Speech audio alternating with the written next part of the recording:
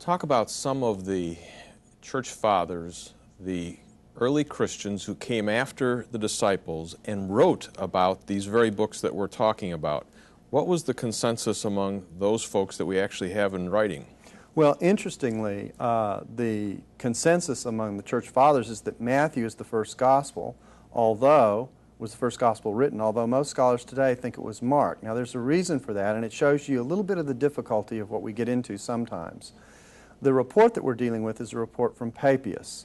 Papias said that Matthew was originally recorded in Semitic, is the best way to say it. It's debated whether we're talking about a Hebrew version or an Aramaic version or whatever, but not in Greek. That's the point. And the gospel that we have is in Greek. So let's assume that Papias' detail is correct.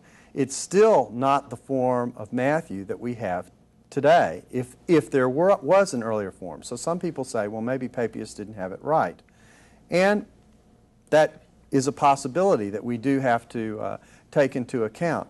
On the other hand, what we do see in these traditions is, with regard to Peter and Mark, is a consistent, very consistent, and I think unassailable connection, a consistency with which it is established. We have it at 3 or 4 different levels where the point is made that Mark basically wrote Peter's reminiscences in some way.